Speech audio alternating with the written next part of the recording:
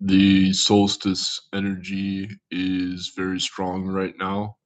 Um, Woke me up last night with a magnetic bliss in the pineal gland, the center of the brain. I remember I was meditating during the winter solstice. About I don't know. I remember I was meditating during the winter solstice. About I don't know, 20 years ago, and I've got a really strong shock, electrical shock in the center of my brain from the solstice energy. So, um, our modern psychophysiology is cut off from the natural energy of the universe that is non-local and inherently paranormal. But quantum biology is starting to rediscover this. So, for example, the sense of smell is argued to be based on quantum frequency and be non local as non commutative. And I experienced this as real. I smelled cancer as rotting flesh in another person who was about 100 feet away from me, and also through the walls. I experienced him getting healed, and then I smelled his cancer coming back after when he reversed the healing unintentionally because he did not understand the secrets of the non-Western meditation relies on celibacy as purification. And the Qigong master Jim Nance, he could smell over the phone. He could smell, he would tell people what they were cooking because he could smell it, stuff like that. Um, so yeah, people have no idea how bizarre, like psychometry. If you touch something, if you hold on to something that somebody had also held on to, you will experience the frequency of their intention. So the intention is called YI in Taoism, E, and it's based on the biophoton frequency, and that's based on the chakras in your body holographically. So you will begin to experience reality holographically on a precognitive level.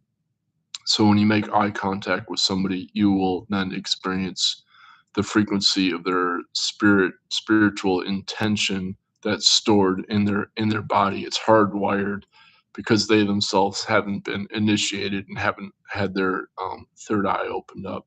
So in order to open up the third eye, you have to purify your energy, and then it opens up your heart after that. So there's a deeper level of heart awakening that's beyond just the third eye. And Qigong Master Jim Nance was talking to me about this.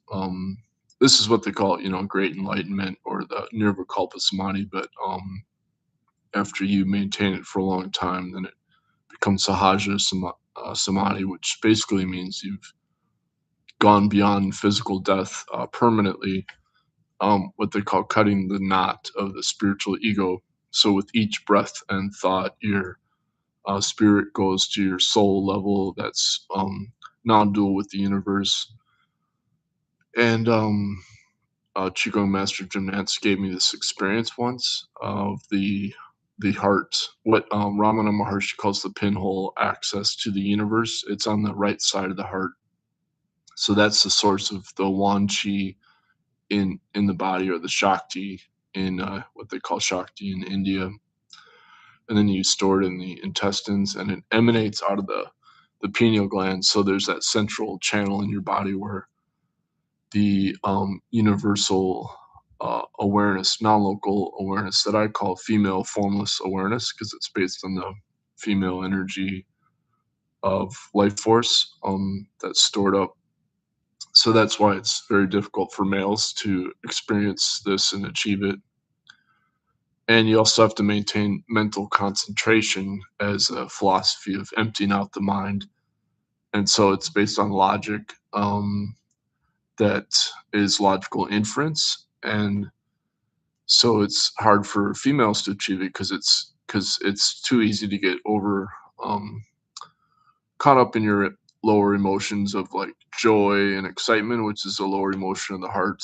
And um, anger, fear, um, sadness, lust, what else? Worry. There's like 5 lower emotions. Um, but the even so the joy of the heart is the feeling of falling in love. That's part of that joy feeling, and that's just the yin qi energy in, Taoism. So people have no idea that the bliss of reproduction is actually just the yin qi energy, but it's connected to your yang qi, and when you combine those together, you access the wan qi. And you do that through the yin and yang shen, which is the biophoton coherent light. And you have to build up your jing, which is the neural hormones that are ionized. So there's this really complex, sophisticated process that our original human culture trained in the San Bushmen from 225,000 years ago. It was the central focus of what it meant to be human, and so this got lost. It went into secret societies with the development of farming and hierarchical society, and then people just became um, workers in the matrix after that for this hierarchical wealth, hoarding of wealth, and destruction of nature that science now calls biological annihilation.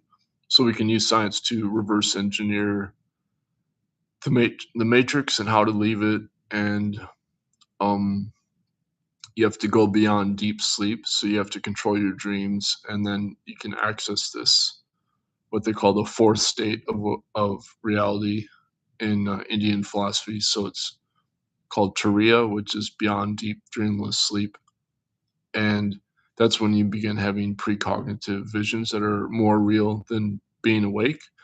And the Tibetan yogis call this dream yoga, um, where you, oops, I gotta go now. Happy solstice.